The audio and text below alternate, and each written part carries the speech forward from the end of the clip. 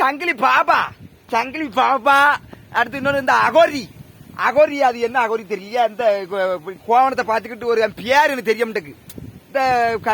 இந்த கொட்டுக்கிட்டுலாம் வச்சு அடிச்சு கலைஞ்ச மாதிரி கிராம நிகழ்ச்சி நடக்கிற மாதிரி அவன் அந்த அகோரி அவன் பேர் எனக்கு தெரியலையே.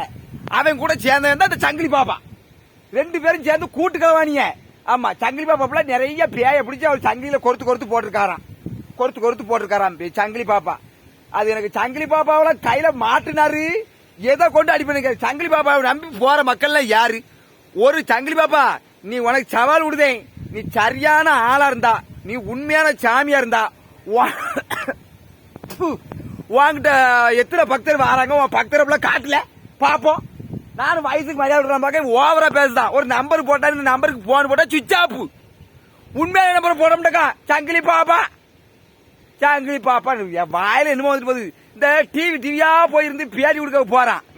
இந்த என்னது டிவியா சேனல் ஆமா, அதெல்லாம் பேட்டி கொடுக்க போறான். எங்கேயோ ஒரு டிவில போயிருந்து பேசிக்கிட்டு அதெல்லாம் எதுக்காக விளம்பரத்துக்கு. இந்த சங்கிலி பாப்பாவை நம்பாதீங்க. எவன்லாம் சாமி பேரை சொல்லுதானோ அவனால நம்பாதீங்க. உனக்கு கவலையா இருந்தா சாமிகிட்ட போய் முறையிடு, சிலையில போய் முறையிடு, கோயில போய் முறையிடு. இல்லன்னா வருத்தம் நண்பனை சொல்லு, சொந்தக்காரன் சொல்லாத, நண்பனை சொல்லு, சொந்தக்காரன் மட்டும் சொல்லாத. ஏன்னா இந்த சாமியை மட்டும் நம்பாதீங்க. இந்த சங்கிலி பாபா மட்டும் கையில கிடைக்கட்டும். ஏதாவது பொம்பளை பார்த்து விளக்க பார்த்து கவ்வ கொடுத்தா அடிங்க அவனை.